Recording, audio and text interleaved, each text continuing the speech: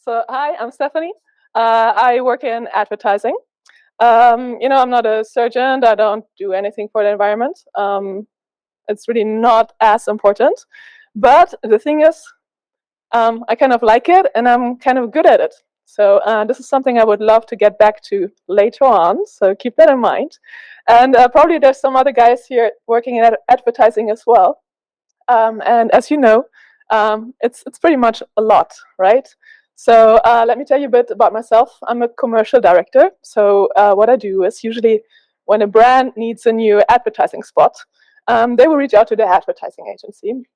And the advertising agency reaches out to my production company, which is BWGTBLD. And then I kind of put my lifeblood, my blood, my sweat, my tears, everything into writing a concept for their next commercial. It sounds great so far, I think, but there's a catch. It's a pitch. Okay, so what does that mean? It means that there's a bunch of other directors also putting their life, sweat, tears, whatever, into this. And one of us gets the job, which is great. Go ahead. But the other ones get nothing, right? So, and there's another thing. Also, it's a gamble. Because if you want to work, you kind of need to pitch several projects at the same time. And it's a bit tricky, because it's either you win all of them, and your life becomes terribly stressful, or you lose all of them, or it's like 6 in a row, or my friend lost 25 in a row. And you just start like doubting your whole life, right? And you think you never work again. You definitely need a new job. And and then you happen to win some in a row again, and you don't have a life anymore. So you get it. It's probably not the healthiest way to work, right? So the thing is, it's kind of my daily life to be like judged, to be officially competing against other people. So everything you shouldn't do, right? And the thing is also, you're always as good as your last project. So no, you cannot not make it personal, because everybody also wants your persona in your film, because otherwise the film is not good. So it's a bit of a dilemma. On top of that, it's a super male-dominated field, but that's another topic, I think. But one point, if you actually like go through all of this and you manage to be on set to suit the next commercial, it's actually awesome. So I think it's pretty much the best job you can ever do, and I really, really love it. And it's really nice. Sometimes we fly to a nice place, we stay in a nice hotel, but the best part is there's a bunch of really, really nice people just working really hard to make your vision come to life. It's the vision that you were kind of scripting by yourself in your dark little desk. So it's a bit scary as well. You go like, okay, I hope this works. But the thing is, as soon as you're on the job, there's only one thing that is expected of you, and this is to be a good director. And I love that part, because it's only one task. Yeah. So it's just one thing to do, basically. So there's a lot of dopamine, a lot of thrill. It's like adrenaline rushes. You're fighting for your vision. You're realizing it, and it's kind of a little bit like actually living in a movie. Feels a bit larger than life, actually, sometimes. But the thing is, it's also the very best way to escape from life, basically, to escape from everything else. But at one point, wrong button.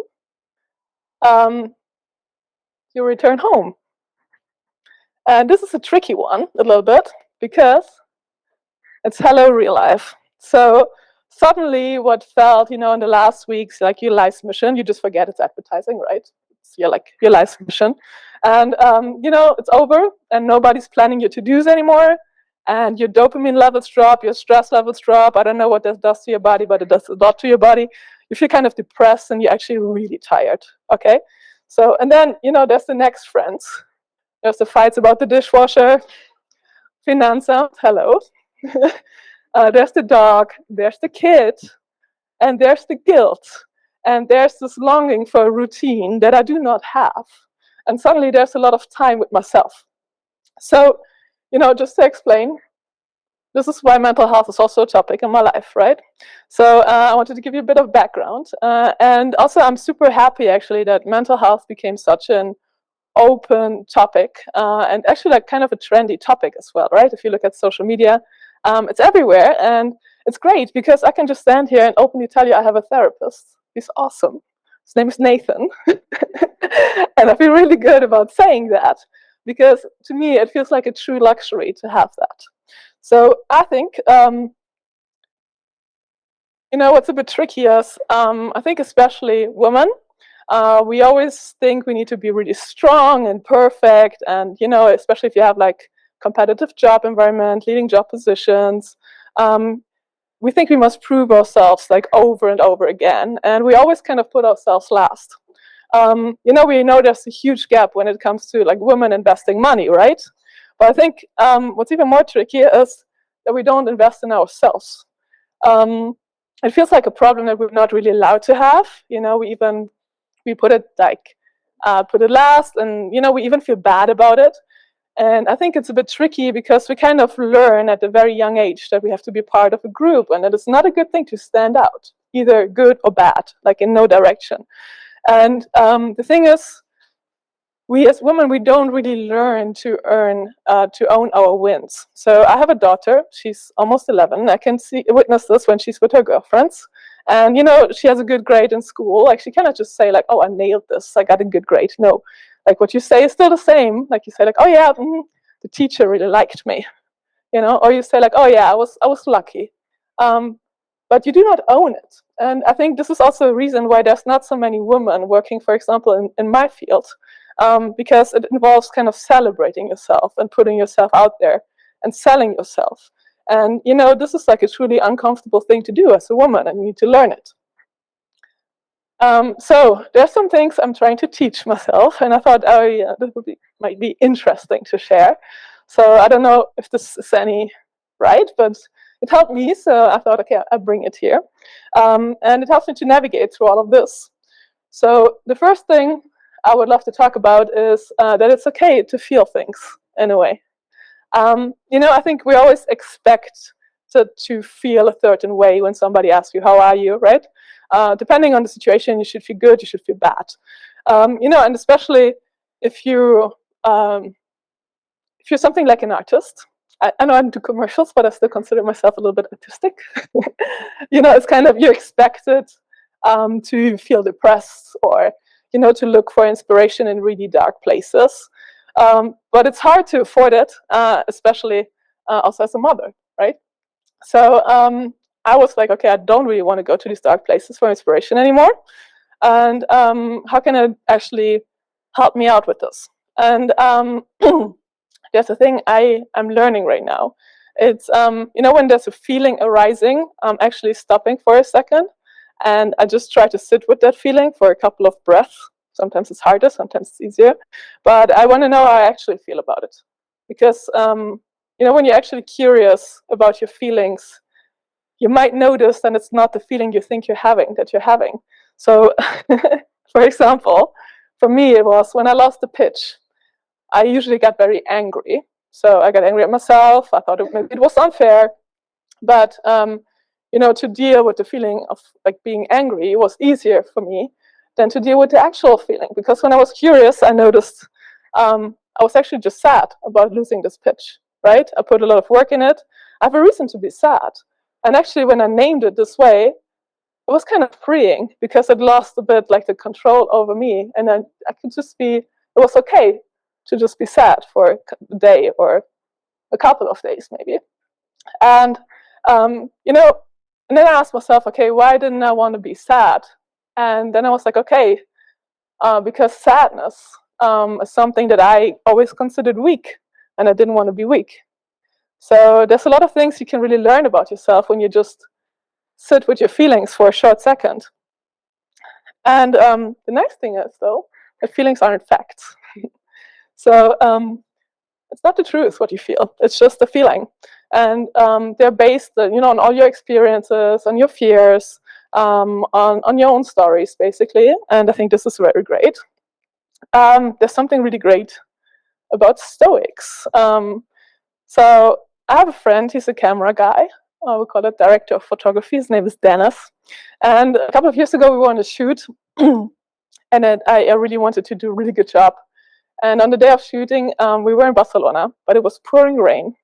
And I was really mad about it, and I was stressing out about it. And he was looking at me, and he was like, hey, we can't change what happens, but we can change how we think about it. So it's raining, fuck that.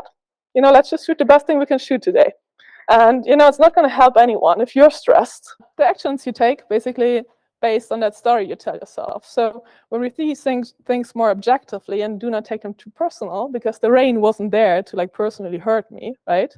It actually becomes a lot easier because, some things we cannot change anyway. And I think, this is kind of freeing, isn't it?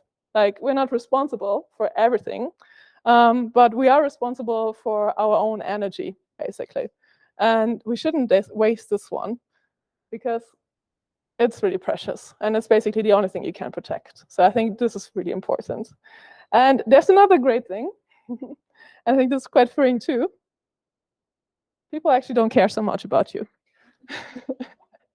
It sounds kind of harsh, yeah, but it's also really freeing, because people usually care a lot about themselves, and we all can't deny it. We all do that too. So this is actually great, because you might as well just stop overthinking how other people perceive you and just do whatever you actually want to do without being, thinking about how they would judge you.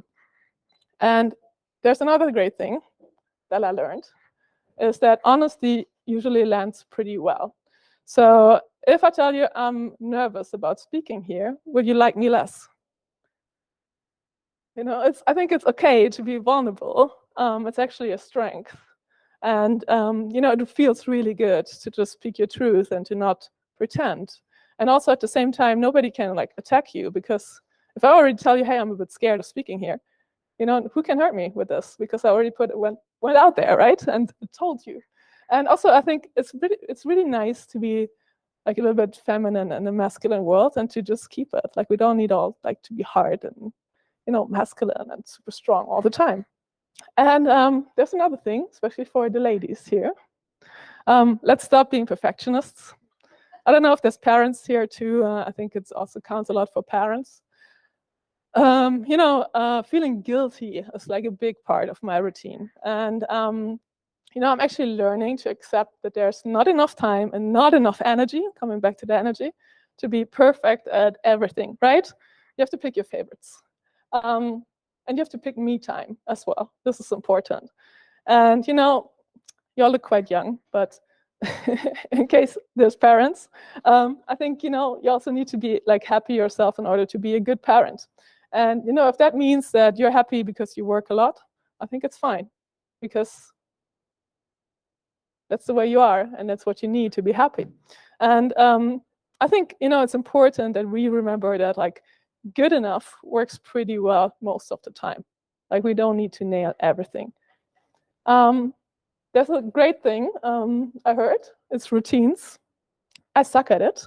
So maybe later on somebody has some tips for me on how to actually work with routines, because I heard it's really good to have them for mental health. Okay, so yeah, almost done. One thing I would really love to also add is trusting your gut feeling.